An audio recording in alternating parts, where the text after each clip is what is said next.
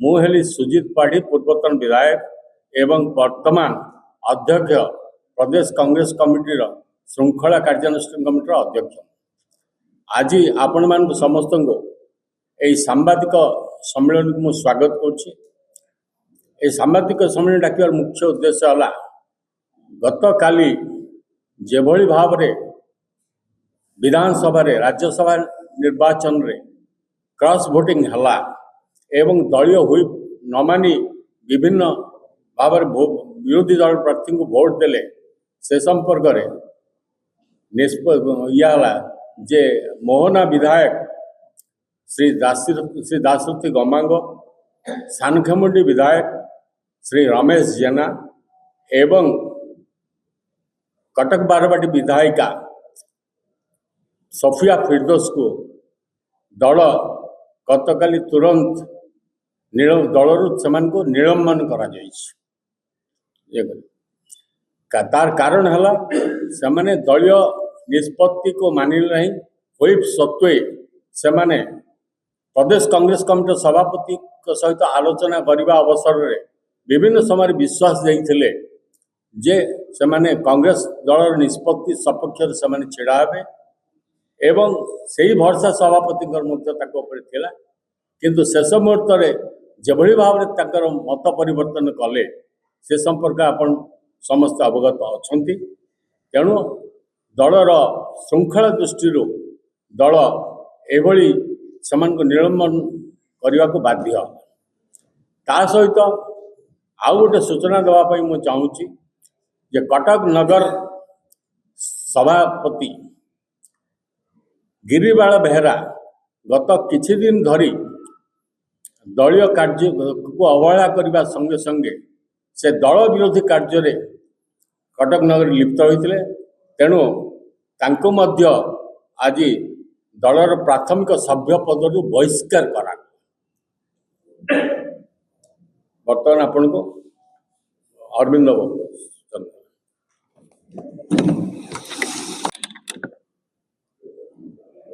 नमस्कार। आपण मन को समस्त को आमे किछि दिन नाला बारंबार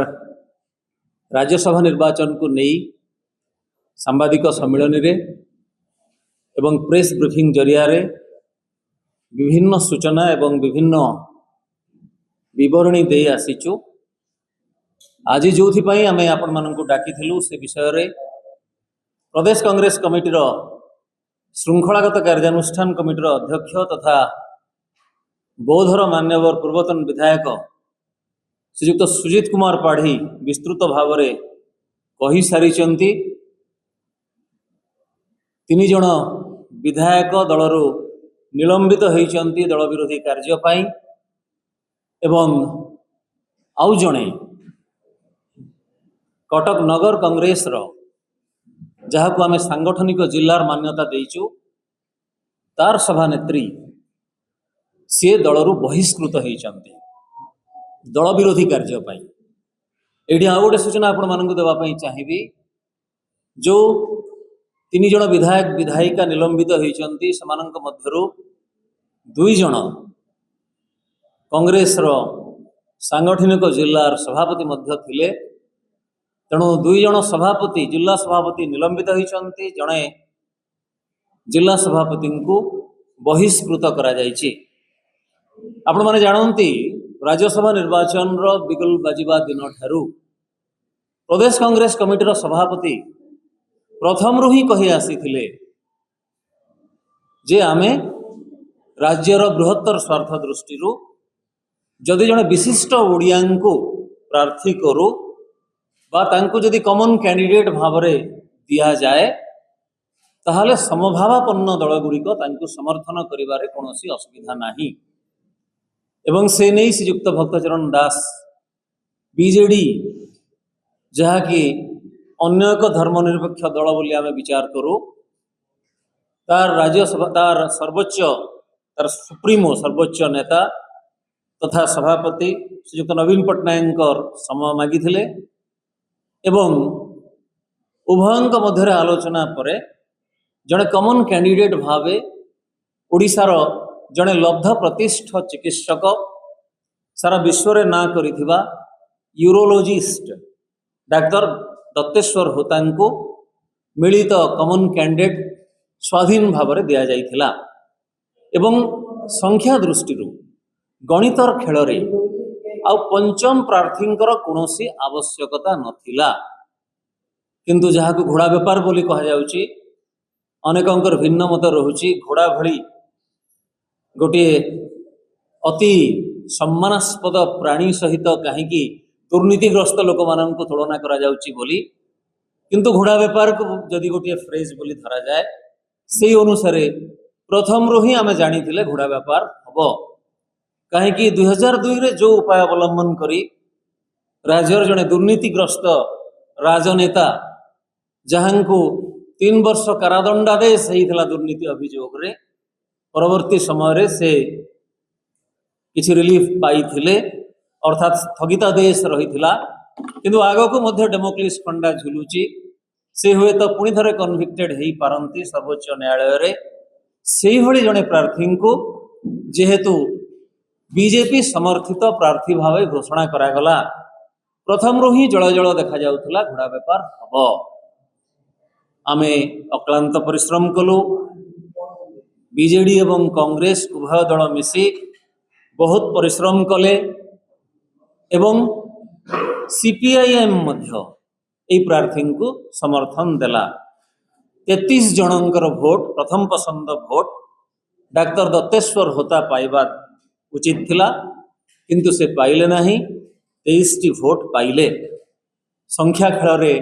आमे हारिले एथिपाई जे घोड़ा व्यापार हैला किछि विधायक विधायिका बिक्री हो गले नैतिकता को जलांजलि देले से माने निज निज निर्वाचन मंडली रे तांको भोट देकी जिते थिबा भोटर माननकु मतदाता माननकु केमती सामना करिवे सेटा से माने बुझिबे किंतु दल पक्षर आग को आहरी अधिक कार्यानुष्ठान करा जिवो ए विषय रे पीसीसी सभापति श्रीयुक्त भक्तचरण दास गतकाली गणमाध्यम को सूचना मध्य दे सारिचंती केवल निलंबन नुहे परवर्ती समय रे सेमाननकु दलरु बहिष्कार करा जिबा निमंते मध्य एआईसीसी रो अनुमति लोड़ा जाइछि एवं खाली सेतिकी नुहे सेमानंकर सभ्य पद मध्य रद्द हेबार व्यवस्था करा जाउछि ए विषय रे जो सांविधानिक विधि व्यवस्था रही आपण माननकु शरद यादवंकर सभ्य पद केमती रद्द होइतला से विषय रे श्रीयुक्त दास सूचना दे सारिचंती मो सेटा पढ़ी सुनै दउछि under paragraph 21A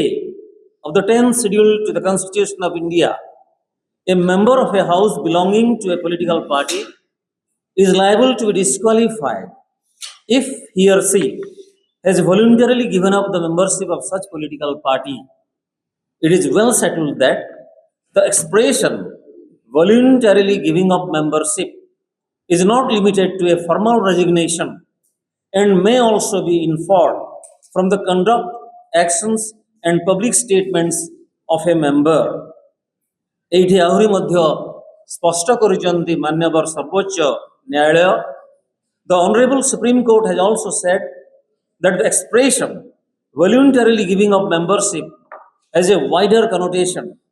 and that even in the absence of a formal resignation such an inference can be drawn from the conduct of a member. एठी स्पष्ट लिखा है the tenor and contents of two MLA's reply coupled with their public statements openly opposing the party's decision in the media clearly reflect conduct inconsistent with the discipline and collective decision of the political party on whose ticket he or she was elected. Such conduct attracts the provisions of paragraph 21A of the 10th schedule of the Constitution of India and amounts to voluntarily giving up the membership of the political party. स्पष्ट भाव रे विधायक विधायिका माने संपृक्त विधायक विधायिका माने सेमाने निजकु दलरु दूरेई नेई चंती जेहेतु सेमाने नीतिगत भाव रे निजकु दलरु दूरेई नेई चंती जहाँ मु पढ़ी आपण माननकु सांविधानिक व्यवस्था सुनाई देली केवल जणे ଆନୁଷ୍ଠାନିକ ଭାବରେ ଲେଖିକି ମୁଁ ଦଳରୁ ଇସ୍ତଫା ଦଉଛି ବୋଲି କହିଲେ ସେ ଦଳରୁ ଦୂରେଇ ଗଲା ବୋଲି ସେମିତି କୁହାଯିବ ନାହିଁ। ତାଙ୍କର କାର୍ଯ୍ୟକଳାପରେ, ତାଙ୍କର ମତମନ୍ତବ୍ୟରେ ଏବଂ ତାଙ୍କର ନିଷ୍ପତ୍ତିରେ ସ୍ପଷ୍ଟ ଭାବରେ ଜଳଜଳ ଦେଖାଯାଉଛି ଯେ ସେମାନେ ସ୍ୱଇଚ୍ଛାରେ ଦଳରୁ ଦୂରେଇ ଯିବା ପାଇଁ ଚାହିଁଛନ୍ତି। ଯିଏ ବେଙ୍ଗାଲୁରୁରେ କଂଗ୍ରେସର ସର୍ବୋଚ୍ଚ ନେତା ସିପି ଏଆଇସିସିର ସଭାପତି ଶ୍ରୀଯୁକ୍ତ ମଲ୍ଲିକାର୍ଜୁନ ଖଡ଼ଗେଙ୍କୁ ସାକ୍ଷାତ କରିବା ପାଇଁ ଗଲା ନାହିଁ, ଯିଏ କଂଗ୍ରେସର ସର୍ବୋଚ୍ଚ ନେତା କଂଗ୍ରେସ ସଭାପତି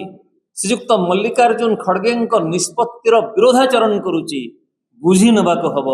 ସିଏ ଦଳରେ ଆଉ ରହିବା ପାଇଁ ଚାହୁଁନାହିଁ। ତେଣୁକରି ସାମ୍ବିଧାନିକ ବ୍ୟବସ୍ଥା 10 ସିଡ୍ୟୁଲ 21A ଅନୁସାରେ ସିଏ ଦଳରୁ ଦୂରେଇ ଯାଇଛନ୍ତି ବୋଲି ବୁଝିବାକୁ ପଡ଼ିବ। ସେଇଥିପାଇଁ ଦଳର ସଭାପତି ଗତକାଲି ସ୍ପଷ୍ଟ କରିଦେଇଛନ୍ତି ଗଣମାଧ୍ୟମ ସାମ୍ନାରେ, ମାନ୍ୟବର ବାଚସ୍ପତି ମହୋଦୟଙ୍କୁ ଏହି ନେଇ ଅବଗତ କରାଯିବ ଏବଂ ସେମାନେ ଯେହେତୁ ଦଳରେ ଆଉ ନାହାନ୍ତି, ଦଳରୁ ଓହରି ଯିବା ପାଇଁ ଚାହିଁଛନ୍ତି, ସେମାନଙ୍କୁ ତାଙ୍କର ସଦସ୍ୟ ପଦ ରଦ୍ଦ କରିବା ପାଇଁ ଅନୁରୋଧ କରାଯିବ। ଯଦି ମାନ୍ୟବର ବାଚସ୍ପତି ମହୋଦୟା ଏ ବିଷୟରେ ନିଷ୍ପତ୍ତି ନ ନିଅନ୍ତି ତେବେ ସାମ୍ବିଧାନିକ ବିଧି ବ୍ୟବସ୍ଥା ରହିଛି। ଶରଦ ଯାଦବଙ୍କ କ୍ଷେତ୍ରରେ ଯାହା ହେଇଥିଲା ତାହା ହିଁ ହେବ। ଆଗକୁ ନିଶ୍ଚୟ ଆଇନଗତ କାର୍ଯ୍ୟାନୁଷ୍ଠାନ ହେବ ଏବଂ ସେମାନଙ୍କର ସଭ୍ୟପଦ ରଦ୍ଦ ହେବ। ଏଇଟା ତ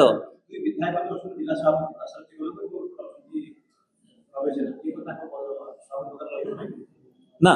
ସେମାନେ ସଭାପତି ପଦରେ ମଧ୍ୟ ତୁରନ୍ତ ସେଇଥିରୁ ସେମାନେ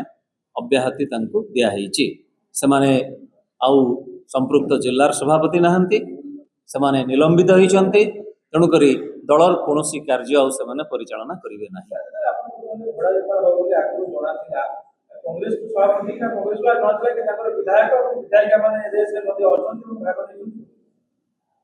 ନାଇଁ, ଆମେ ଆଶଙ୍କା କରୁଥିଲୁ ଘୋଡ଼ା ବେପାର ପାଇଁ ବିଜେପି ତାର ଚେଷ୍ଟା କରିବ। ଦିଲ୍ଲୀପ ରାୟଙ୍କର ପୁରୁଣା ଅଭ୍ୟାସ ଅଛି, ସେ ଚେଷ୍ଟା କରିବେ ଏବଂ ବିଜେପି ଯାହାକୁ ସେମାନେ ନିଜକୁ ୱାସିଂ ମେସିନ୍ ବୋଲି ଭାବନ୍ତି, ତାଙ୍କୁ ଯେଉଁମାନେ ସମର୍ଥନ କରନ୍ତି,